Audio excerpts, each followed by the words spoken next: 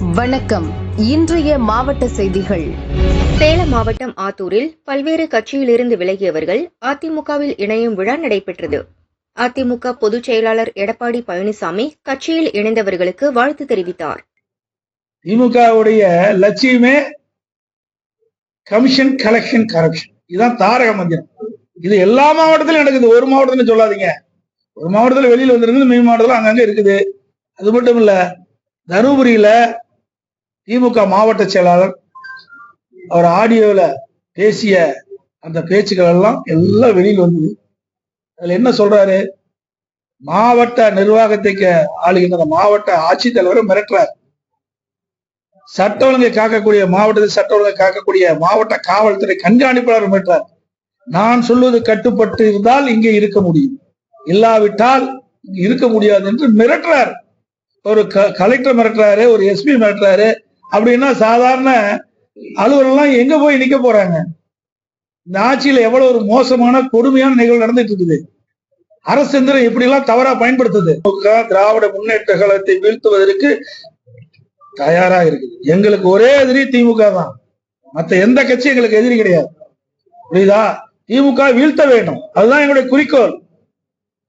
ஓட்டுகள் சிதறாம, அந்த சிதறுகின்ற ஓட்டுகள் எல்லாம் ஒருங்கிணைந்து திமுக வீழ்த்துவதுதான், மக்கள் விரோத ஆட்சி வீழ்த்துவதுதான் அண்ணா திமுக தலையாய் கடமை. அதுதான் நாங்கள் வருகிற 2026 நடக்கும். எல்லாமே யூகத்தின் அடிப்படையில் கேட்கிற கேள்வி. என்ன பதில் சொல்ல முடியும்? நாங்க தான் சொல்லிட்டோமே, யாரெல்லாம் அங்க இருக்கிறாங்க, யாரெல்லாம் இங்க இருக்கிறாங்க, எல்லாம் 6 மாசத்துக்கு முன்னால சொல்லப்படும். இது ஒன்றும் மறைச்சிட்டு எல்லாம் செய்ய முடியாது. வெட்ட வெளிச்சமா செய்யப்படும், செயல்படுத்தப்படும். இதுல எந்த ஒரு மாற்று கருத்து கிடையாது. இதெல்லாம் கேட்டா எப்படி சொல்றதுன்னு தெரியல. இதை எப்படி சொல்றது தெரியல. ஒரு முதலமைச்சரா இருக்காரு, ஒரு கட்சியுடைய தலைவரா இருக்காரு. அவரே உணர வேணும் எதை சொல்ல வேணும், எதை சொல்லக்கூடாதுன்னு அவரே உணர வேணும். அப்பா அப்பான்னு சொன்னா பிரச்சனை வந்து குடும்பத்துல அது பிரச்சனை ஆயிருங்க. வேண்டாம். யார் சொன்னா? நாங்க தான் சொன்னோமா? சொல்லுங்க பாக்கலாம். நாங்க சொன்னோமா? யாரும் சொல்ற கேள்வி எங்களை கேட்காதீங்க சார். நாங்க ஏதாவது வெளிப்பட்டோமா? தேர்தல் அறிக்கை வந்தது இல்ல, நாடாளுமன்ற தேர்தல் இருந்தல, தேர்தல் என்ன வெளியிட்டோம்? படிச்சு பாருங்க. அப்படிதான் நடந்தது. 39 ஜெயிச்சு என்ன பிரயோஜனம்? பூஜ்ஜியமால இருக்குது. அப்படியே அடிக்கிற மாதிரி அடிக்க வேணும். பாசாங்கம் பண்றதோ என்னுடைய வேலை. பயம். ஏன்னா இங்க ஏதாவது அதை எதையும் என்ன ரைடு விட்டுவாங்க. அந்த பயம். மக்களுடைய பிரச்சனை எங்க பேசணும்? நிதி வேணும்னா நாடாளுமன்றத்தில் பேசணும். நீட் தேர்வு நாடாளுமன்றத்தில் பேசணும். நாடாளுமன்றத்தில் பேசணும். அப்பதான் அங்க தீர்வு கிடைக்கும். அதை விட்டுட்டு இங்க மக்களை ஏமாற்றுவதற்காக ஒரு நாடகத்தை அரங்கேற்றுவார். ஏதோ மத்திய அரசு எதுக்குற மாதிரி. மத்திய அரசு எந்த காலத்திலும் எதுக்க மாட்டாங்க. அவ்வளவு ஊழல் பண்ணி வச்சிருக்கிறாங்க. விழுப்புரம் மாவட்டம் மேல்மலையனூர் அங்காளம்மன் கோயிலில் இன்று தேர் திருவிழா நடக்கிறது. தேர் திருவிழாவில் பங்கேற்க பண்ருட்டி அருகே உள்ள கண்டரக்கோட்டை கிராமத்திலிருந்து 22 பேர் வேன் மூலம் மேல்மலையனூருக்கு வந்தனர். வேன் ஒரத்தூர் கூட்ரோடு அருகே வந்தபோது மேல்மலையனூரில் இருந்து விழுப்புரம் நோக்கி வந்த அரசு பஸ் வேன் மீது மோதி விபத்துக்குள்ளானது. விபத்தில் வேன் மற்றும் பஸ்ஸில் பயணம் செய்த 15க்கும் மேற்பட்டோர் படுகாயமடைந்தனர். விபத்தில் காயமடைந்தவர்கள் முண்டியம்பாக்கம் அரசு மருத்துவமனையில் அனுமதிக்கப்பட்டனர். இதனால் விழுப்புரம் சாலையில் போக்குவரத்து பாதிக்கப்பட்டது. விக்கிரவாண்டி போலீசார் போக்குவரத்தை சரி செய்தனர்.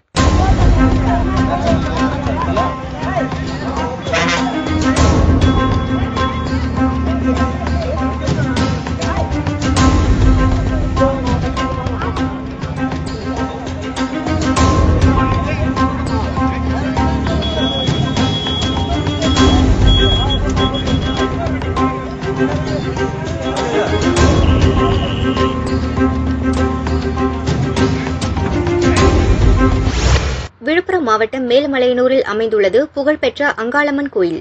கோயிலில் மாசி மாதத்தில் 13 நாட்கள் மாசி திருவிழா நடைபெறும்.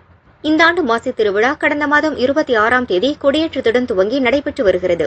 கடந்த வாரம் மயான கொள்ளை நிகழ்ச்சி நடைபெற்றது. விழாவின் முக்கிய நிகழ்ச்சியான தேரோட்டம் இன்று நடைபெற்றது. பக்தர்கள் அங்காளம்மன் தேரை வடம் பிடித்து இழுத்து தங்களுடைய நேர்த்திக்கடனை நிறைவேற்றினர். நேர்த்திக்கடனாக பக்தர்கள் விளைபொருட்களை தேர் மீது வீசினர். தமிழகம் மட்டுமின்றி பிற மாநிலங்களில் இருந்தும் ஏராளமான பக்தர்கள் தேரோட்டத்தில் கலந்து கொண்டு சுவாமி தரிசனம் செய்தனர்.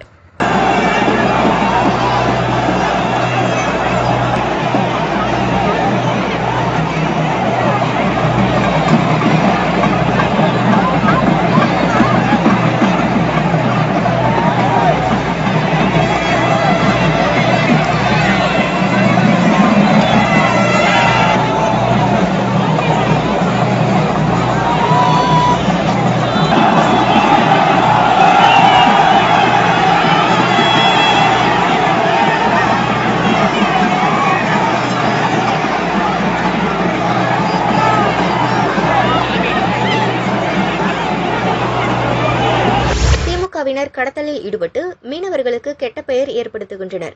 இதனால் இலங்கை கடற்படையினர் நல்ல மீனவர்களையும் கைது செய்கின்றனர் என சென்னை ஏர்போர்ட்டில் அண்ணாமலை குற்றம் சாட்டினார். கல்விக்கு பணம் தர மறுக்கிறாங்க அப்படிங்கிறது தவறான ஒரு சொல்லாங்க. மத்திய அரசு பல ஹெட்ல பல பணம் வருது. அது ஆரம்ப கல்வியா இருக்கட்டும், உயர்கல்வியா இருக்கட்டும், எல்லா இடத்துக்குமே மத்திய அரசு பணம் கொடுக்குறாங்க. எங்கேயும் இல்லை என்று சொல்லல. இப்ப இது சமகிரக சிக்ஷா அப்படின்னு சொல்லக்கூடிய அந்த பர்டிகுலர் ஹெட் அது எல்லாமே தேசிய கல்வி, புதிய கல்வி, அதை நோக்கி அது மாறிடுச்சு. சர்வ சிக்ஷா அபியான் மாறி இருக்கு. ஸோ இவ்வளவு பேசக்கூடிய அக்கா கனிமொழி அவர்கள் எதற்காக போன ஆண்டு 2024 தமிழக அரசு PMC பள்ளிக்கூடத்தை நாங்கள் ஏத்துக்கிறோம் எதற்காக சொன்னாங்க? அதற்கு அக்கா பதில் சொல்ல மாட்டாங்களே. எங்கேயும் கல்விக்கு பணம் இல்லைன்னு யாரும் சொல்லலைங்க. சமகிரக சிக்ஷா ஃபண்ட் எதற்கு பயன்படுத்தணுமோ அதற்கு தான் எல்லா மாநிலமே பயன்படுத்த முடியும். தமிழகம் புதுசாக ஒன்று கண்டுபிடிக்க முடியாது. அதைத்தான் தர்மேந்திர பிரதான் அவங்க சொல்லியிருக்கிறாங்க. இந்த PMC பள்ளிக்கூடத்திற்காக புதிய கல்விக் கொள்கையினுடைய முக்கியமான சில விஷயங்களுக்காக நீங்க பயன்படுத்தலாம் அப்படின்னு. அதை அவங்க திரிச்சு மாத்தி பேசி நாம் ஏதோ கல்விக்கு பணம் கொடுக்க மத்திய அரசு மறுக்கிறாங்கன்னு தொடர்ந்து பேசுவது சரியல்ல. அதாவது எதிர்கட்சி தலைவராக இருக்கிறாங்க, ஒரு கேள்வி நீங்க கேட்குறீங்க, ஒரு பதில் சொல்றாங்க. நாங்கள் ஒரு கட்சி நடத்தி கொண்டிருக்கின்றோம், கட்சியில் தொண்டர்களாக இருக்கிறோம். எங்ககிட்ட ஒரு கேள்வி கேட்குறீங்க. எல்லாருடைய நோக்கமும் திமுகவை 2026 வீட்டுக்கு அனுப்புறதால எந்த மாற்றுக்கருத்தும் இல்லை. காலம் சூழல் இன்னும் 6 மாதம் 8 மாதம் இருக்கு, எப்படி வரும்? அதே நேரத்தில் தமிழகத்தில் இன்னைக்கு ஆக்ரோஷமா ஐடியாலஜிக்கல் அடிப்படையில் திமுக அதை மாற்ற கொண்டு போறாங்க. ஏன்னா திமுகவின் மீது மக்கள் பெரும் கோபத்தில் இருக்கிறாங்க. பெண்களுக்கு எதிரான குற்றங்கள் தினமும் அதிகமாகிட்டு இருக்கு. இதெல்லாம் தொடர்ந்து பார்க்குறீங்க. ஆனால் என்னை பொறுத்தவரை இன்னைக்கு இது ஒரு தேவையில்லாத விஷயமா நான் பார்க்குறேன். காரணம் பாஜக வளர்ந்து கட்சியை வளர்ப்பதற்கு முக்கியமான இது நேரமாக பார்க்கிறோம். கடுமையாக உழைத்து கொண்டிருக்கின்றோம். இன்னும் தேர்தலுக்கான காலமும் அதுக்கான சூடு இன்னும் வரல. வரும்பொழுது எல்லாம் பேசுவாங்க. நான் NDA எப்படி இருக்கும், NDA அமைப்பு எப்படி இருக்கும். இன்னைக்கு TTV தினகரன்னா இதே நீங்க பேசும்போது என் கூட பொள்ளாச்சியில் இருந்தாங்க. அண்ணன் TTV அவர்கள் பத்திரிகை சொன்னாங்க, வருகின்ற காலத்திலும் NDAல தான் அமமுக பயணிக்கும். அப்ப NDA வலிமை அடைஞ்சிட்டு இருக்காங்க, எந்த மாற்றுக்கிறது இல்லைங்கன்னா. ஸோ வருகின்ற நேரத்தில் NDA எப்படி இருக்கும், அதில் யார் இருப்பார்கள் என்று பேசுவாங்க. ஏன்னா சில நேரம் எனக்கு சந்தேகம் என்னன்னா, முதலமைச்சர் கண்ணாடி பார்த்து அவரே பேசுகிறார்கள் சந்தேகம் இருக்கு. காலையில் அவர் கண்ணாடியை பார்த்து பேசுறாரு. மொழி யாருமே திரிக்கலையா?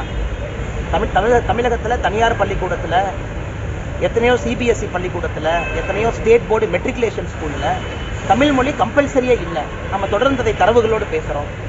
இன்ஃபேக்ட் பிரைவேட் ஸ்கூலில் படிக்கக்கூடிய குழந்தைகள் கவர்மெண்ட் ஸ்கூலை விட அதிகமாக இருக்காங்க நம்ம சொல்கிறோம். அதை முதலமைச்சர் கருத்தை ஏற்றுக்கலையா? நாம சொல்வது அரசு பள்ளியில மட்டும் உங்களுடைய மொழிக் கொள்கையை திரிக்காதீங்க நாங்க சொல்றோம். தனியார் பள்ளியில 3 மொழிகள் படிக்கிறாங்க, 3வது மொழி பிடிச்ச மொழியை படிக்கும் பொழுது அரசு பள்ளிக்கு ஏன் முதலமைச்சர் அவர்களே உங்க மொழிக் கொள்கையை திணிக்கிறோன்னு சொல்றோம். ஆனால் முதலமைச்சர் அவர்கள் சில நேரம் பேசும்பொழுது கண்ணாடியை பார்த்து பேசுவது போல தான் எங்களுக்கு தோணும். நாங்க எங்கேயும் திணிக்கலீங்கன்னா 2020 வரைக்கும் 3வது மொழி என்பது திணிக்கப்பட்டது. அது 2020 அது ஆப்ஷனல் லாங்குவேஜா நீங்க எடுத்து படிக்கன்னு சொல்லியிருக்கோம். இதுல எங்க திருப்பி வருதுன்னா, அனைத்து கட்சி கூட்டம் ஒரு திருமணத்துக்கு நீங்க கூப்பிடுறீங்கன்னா பொண்ணு யாரு மாப்பிள்ளை யாருன்னு தெரியும், நம்ம போறோம்.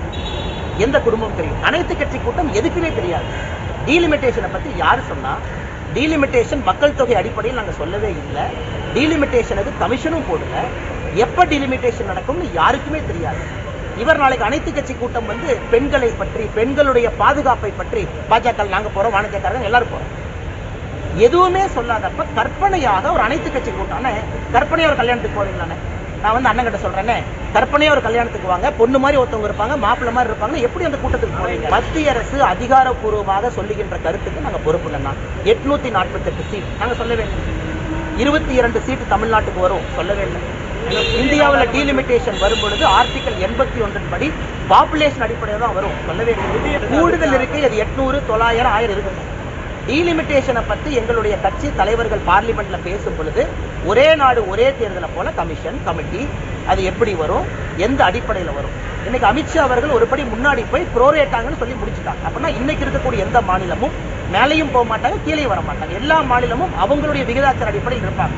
அப்படி இருக்கும் பொழுது முதலமைச்சருக்கு நாங்க கேட்கக்கூடிய தொடர் கேள்வி என்னன்னா, எந்த அடிப்படையில எனக்கு தகவல் வந்துச்சு, டெல்லியில இருந்து சொன்னாங்க 848 சீட்டு, அதுக்கு நாங்க ஆதாரம் கேட்கிறோம். எதுவுமே இல்லாம பாரதிய ஜனதா கட்சியை கூப்பிட்டு நீங்க ஒரு மீட்டிங்ல உட்காருங்கன்னா நாளைக்கு எந்த பேசிஸா பேச போறாங்கன்னா, நாளைக்கு மீட்டிங்ல ஒரு பேசிஸ் வேணும்ல. இப்ப நம்ம டீலிமிட்டேஷன் அறிவிச்சிட்டோம், திட்டத்தை சொல்லிட்டோம், குறை இருக்கா டீலிமிட்டேஷன் மீட்டிங் கூப்பிடுங்க நாங்க வர்றோம். அறிவிக்காம அதுபடி நடக்காதுன்னு சொன்ன பிறகு, பாப்புலேஷன் மட்டும்தான் ஒரே ஒரு முகாந்திரம் இல்லை என்று சொல்லிய பிறகும் தொடர்ந்து முதலமைச்சர் சொல்றாங்கன்னா அவர் திசை திருப்புறாரு தான் அர்த்தம். தமிழ்நாட்டினுடைய அடிப்படை மக்கள் பிரச்சனையை பேசாம திசை திருப்பி இன்னொரு இடத்துக்கு போறாரு தான் அர்த்தம். அனிதா ராதாகிருஷ்ணோட அறியாமை காட்டு. ED கேஸ்ல அரெஸ்ட் ஆனார்ல, ED கேஸ்ல சார்ஜ் ஷீட் அவர் மேல போட்டிருக்கல, அரெஸ்ட் ஆகல, சார்ஜ் ஷீட் அவர் மேல போட்டிருக்கு. அதனால அனிதா ராதாகிருஷ்ணன் அறியாமையை காட்டுது. திமுக ஸ்மகிள் பண்ணிட்டு இருக்கான். நேற்று எவிடன்ஸ் கொடுத்துருக்கோம். ஆம்பித்தட்டமைன் நீங்க பாருங்க, கொக்கைன் புதுசா கேட்காத வார்த்தையெல்லாம் திமுக காரன் மீனவர் என்கின்ற போர்வையில ஸ்மகிள் பண்ணி மீனவர்களுக்கு கெட்ட பேர் ஏற்படுத்திட்டு இருக்கான். அது தப்பு இல்லையா?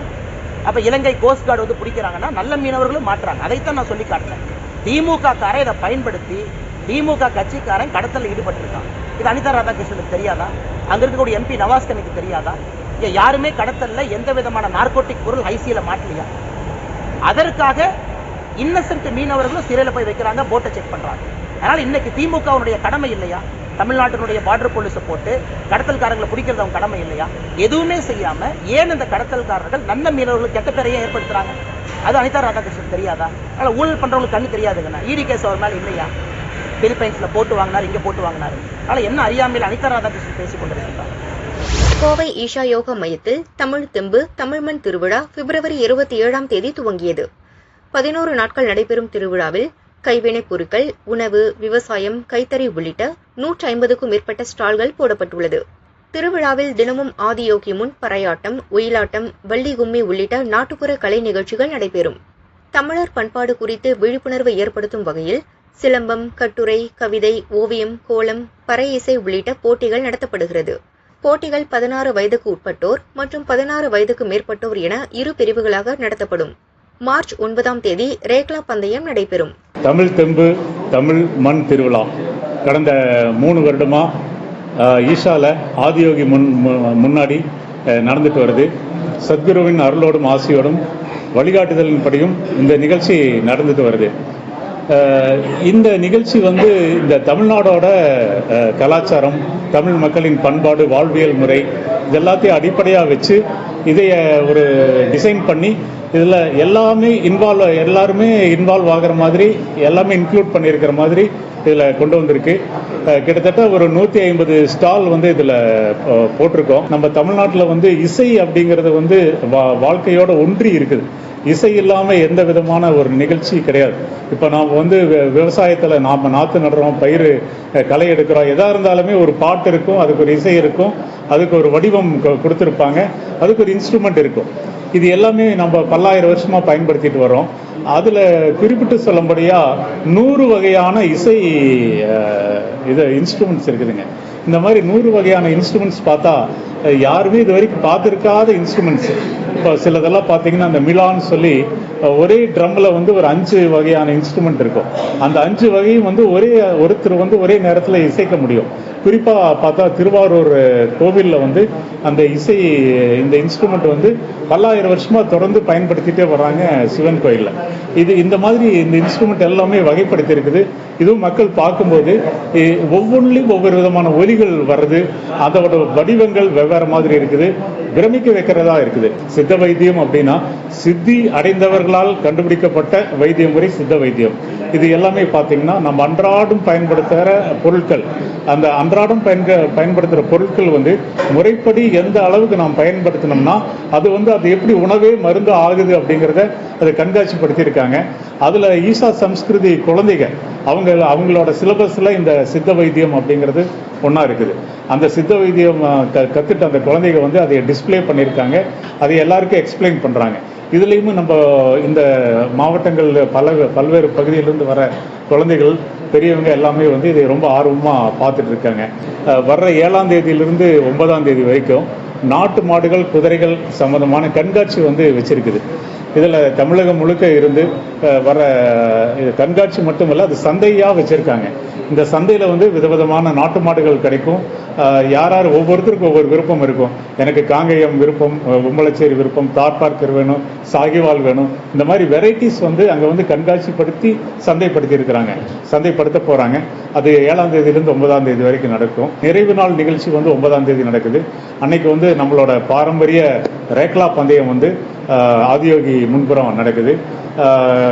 இதில் குறைஞ்சது ஒரு 300லேருந்து 400 ரேக்லா வண்டிகள் கலந்துக்கிறதுக்கு வாய்ப்பு இருக்குது. இந்த ரேக்லா அப்படிங்கிறது எப்படி நம்ம ஜல்லிக்கட்டு அப்படின்னு சொன்னால் நமக்கு ஒரு பெருமை இருக்கோ, அது மாதிரி இந்த ரேக்லா அப்படிங்கிறது நமக்கு வந்து தமிழர்களுக்கு உண்டான பெருமை அதில் இருக்குது. அதுலேயும் விதவிதமான மாடுகள் வந்து நாட்டு மாடுகள் எல்லாம் பயன்படுத்துகிறாங்க. எல்லாம் நிறைய விவசாயிகள் கலந்துக்கிறாங்க. கிராமங்கள் அடிப்படையாக வச்சு தான் இந்த ரேக்லாவும் சரி ஜல்லிக்கட்டும் சரி இன்னைக்கு வரைக்கும் தமிழ்நாட்டில் வாழ்ந்துட்டு இருக்குது. அந்த அடிப்படையில் கிராமங்களில் ஒரு மறுமலர்ச்சி வேணும், கிராமங்களில் இருக்கிற இளைஞர்களை ஊக்குவிக்கணுங்கிற அடிப்படையில் இந்த ரேக்லா ரேஸ் வந்து நடக்குதுங்க.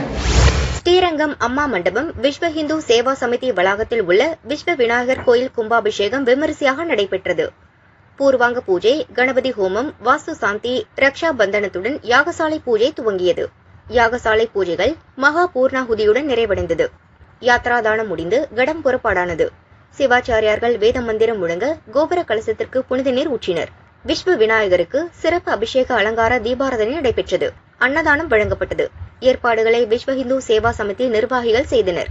திரளான பக்தர்கள் சுவாமி தரிசனம் செய்தனர்.